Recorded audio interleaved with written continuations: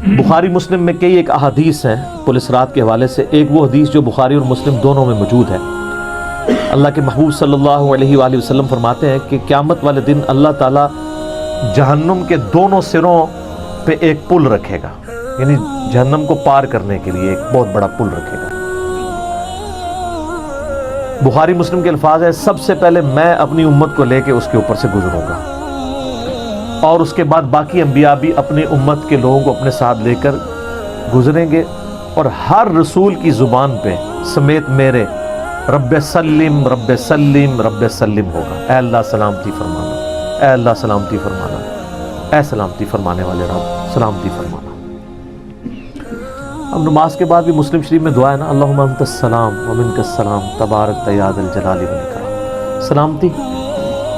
اور نبی علیہ السلام فرماتے ہیں یہ کلام بھی صرف انبیاء کر رہے ہوں گے، انبیاء کے علاوہ کسی کو کلام کرنے کی اجازت بھی نہیں ہوگی. آپ ویسے کہتے رہیں کہ ہمارے بزرگ جو ہیں وہ پھڈا ڈال کے بیٹھ لیں گے کہ میں اپنے مرید لے کے جانے میں.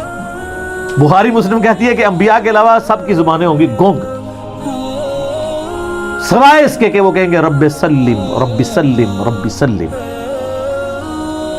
پھر نبی علیہ السلام فرماتے ہیں کہ بخاری مسلم کے الفاظ ہے کہ جب لوگ پولیس رات سے گزر رہے ہوں گے نا تو پولیس رات کے دونوں جانب آنکڑے لگے ہوئے ہوں گے، جس طرح کے کانٹے ہوتے ہیں، اور وہ گزرنے والوں کو زخمی کر رہے ہوں گے اور اٹھا اٹھا کے مجرمین کو دوزخ میں پھینک رہے ہوں گے. جیسے کرین کی آپ سمجھیں کہ وہ آگے کرین سے وہ چیزیں اچک کے پھینکی جاتی ہیں نا، تو نبی علیہ السلام فرماتے ہیں اس طرح وہ اچک کر جہنمیوں کو اس پل سے گزرتے ہوئے اچک کر پھینک رہے ہوں گے جہنم میں. اور نبی علیہ السلام نے یہ بھی فرمایا، بخاری مسلم کے الفاظ ہیں کہ ہر شخص اپنے اعمال کے مطابق گزر رہا ہوگا. کوئی سورین کے بال گھسٹتا ہوا جا رہا ہوگا، آپ سر اس منظر کو امیجن بھی نہیں کر سکتے. یہاں تو کہتے ہیں لوگ جو کچھ بھی ہیں تیرے محبوب کی امت سے، تو وہ امت کون سی ہے جو گزر رہی ہوگی؟ وہ آپ ہی لوگ ہی ہیں، ہم لوگ ہی ہیں. اللہ تعالیٰ سلامتی کے ساتھ ہمیں گزارتے ہیں، آمین. آپ علیہ السلام فرمایا کہ بعض لوگ جو ہیں وہ یعنی تیز رفتاری سے گزر رہے ہوں گے، بعض گھسٹ کے اپنے اعمال کے مطابق گزر رہے ہوں گے، اور پھر لوگ کٹ کے دوزخ میں گر رہے ہوں گے. بخاری مسلم کے الفاظ ہیں، اس پل سے کٹ کے دوزخ میں گر رہے ہوں گے، پھر وہ دوزخ میں رہیں گے یہاں تک کہ اللہ تعالیٰ ان کے لیے کوئی فیصلہ فرما دے. وَلِعَوْذُ بِاللَّهِ تَعَالَى، اللہ تعالیٰ کی پناہ. اللہم اجرنا من النار، آمین ثم آمین. صحیح مسلم میں ایک حدیث ہے، ابو سعید خدری کہتے ہیں کہ ہمیں یہ بات بھی پہنچی ہے کہ وہ پل جو ہے وہ تلوار کی دھاڑ سے زیادہ تیز اور بال سے زیادہ باریک ہوگا. یہ الفاظ بالکل صحیح ہیں صحیح مسلم کے اندر. تو اس پل سے تو کوئی بندہ مہارت کے ساتھ بھی نہیں گزر سکتا، کوئی چائنی بھی نہیں گزر سکتا. وہ جو تو یہ اس کے اوپر سے گزرنا ایک معجزے والا معاملہ ہی ہوگا جس کو اللہ تعالیٰ نجات دے گا. اور یہ جو میں نے آیت پڑھی نا سورہ المریم کی آیت نمبر 71، اس کے کانٹیکسٹ میں کتاب التفسیر چیپٹر میں امام ترمذی اسی آیت کو ہیڈنگ بنا کے نا اس کے نیچے ایک حدیث لے کے آئے ہیں. یعنی یہ جو میں نے کہا نا قرآن میں پولیس رات کا ذکر ہے، امام ترمذی کا بھی یہی فہم ہے. انہوں نے اس آیت کی ہیڈنگ بنا کے جامعہ ترمذی میں حدیث لی ہے بالکل صحیح سند کے ساتھ پولیس رات کے حوالے سے، کہ نبی صلی اللہ علیہ وآلہ وسلم نے ارشاد فرمایا کہ یہ پولیس رات جہنم پہ رکھا ہوا ایک پل ہے جس پر سے لوگوں کو گزرنا پڑے گا، اور ہر شخص اپنے اعمال کے مطابق گزرے گا. بعض لوگ بجلی کسی تیزی سے گزر جائیں گے، جیسے آسمان سے ایسے بجلی کڑک کے نیچے پتہ ہی نہیں چلتا ود ان سیکنڈز. بعض ہوا کی تیزی سے گزریں گے جو اس سے کم نیک ہوں گے. بعض گھوڑ سوار یا اونٹ سوار کسی تیزی سے گزریں گے، بعض بھاگتے ہوئے گزر جائیں گے، اور بعض جو ہیں وہ پیدل چلتے ہوئے، اور بعض سرین کے بل گھسٹتے ہوئے. سر اتنا لمبا پل، پتہ نہیں کتنی مسافت ہے. بلکہ بخاری مسلم میں الفاظ ہے، نبی علیہ السلام فرمایا کہ اس پل کی لمبائی اللہ ہی بہتر جانتا ہے، مجھے نہیں پتا کتنی ہے. ہائے ہائے ہائے ہائے. اور بعض ایسے ہوں گے جو کٹ کے پھر دوزخ میں گر رہے ہوں گے، اور ان کا معاملہ پھر بعد میں اللہ تعالیٰ طے کرے گا کہ ان کے ساتھ کیا کرنا ہے. استغفر اللہ. جامعہ ترمذی میں ایک حدیث ہے، حضرت انس بن مالک جو حضور کو 10 سال تک وضو کرواتے رہے، بخاری مسلم میں ہے، ترمذی میں الفاظ ہیں، وہ کہتے ہیں یا رسول اللہ قیامت دن آپ میری شفاعت کریں گے؟ فرمایا میں کروں گا۔ تو یا رسول اللہ مجھے اپنا پتہ بتا دیں، میں آپ کو کہاں تلاش کروں؟ انہوں نے پینشور کیتا ہے۔ آپ نے فرمایا تم پورے صراط پہ آ جانا۔ آئے ہائے، تم مجھے پورے صراط پہ دیکھ لینا، میرے امتی گزر رہے ہوں گے، میں ان کے لیے سلامتی کی دعا کر رہا ہوں گا۔ کہا یا رسول اللہ اگر پورے صراط پہ نہ پاؤں تو آپ نے فرمایا کہ پھر تم میزان عمل پہ آ جانا، جہاں لوگوں کے نامہ اعمال تولے جا رہے ہیں۔ نبی علیہ السلام کا نامہ اعمال نہیں تول رہا ہوگا، آپ کو تولا نے امن دے دیا نا، انا فتحنا لک فتحا مبینا۔ اور بخاری مسلم میں حدیث ہے، حدیث شفاعت کے سارے نبیوں سے لوگ ہوتے ہوتے حضرت عیسیٰ کے پاس جب اینڈ پہ آئیں گے نا تو وہ کہیں گے بس ایک ہی شخص ہے جس کو امن ملا ہوا ہے، تو محمد رسول اللہ کے پاس جاؤ، وہ شفاعت کریں گے۔ تو آپ علیہ السلام اپنی امت کی خاطر ہی یعنی میزان عمل پہ تکلیف کاٹ رہے ہوں گے۔ کہا یا رسول اللہ میزان عمل پہ بھی نہ پاؤں تو کہاں جاؤں؟ فرمایا پھر تم حوض کوثر پہ آ جاؤ، میں وہاں پہ اپنے امتیوں کو مشروب پلا رہا ہوں۔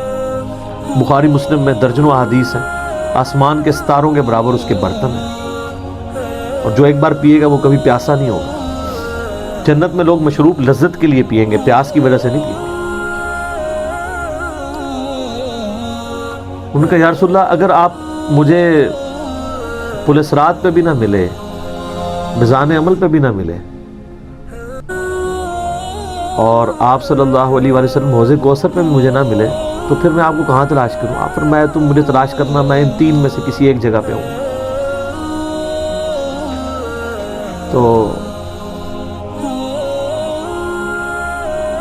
بخاری مسلم میں پھر یہ بھی آتا ہے کہ میرے حوض کوثر پہ کچھ لوگ لائے جائیں گے، میں کہوں گا اصحابی اصحابی، یہ میرے ساتھی ہیں۔ مجھے بتایا جائے گا کہ آپ کے بعد یہ دین سے الٹے قدم پھر گئے تھے، انہوں نے دین میں بدعتیں جاری کر دی تھی۔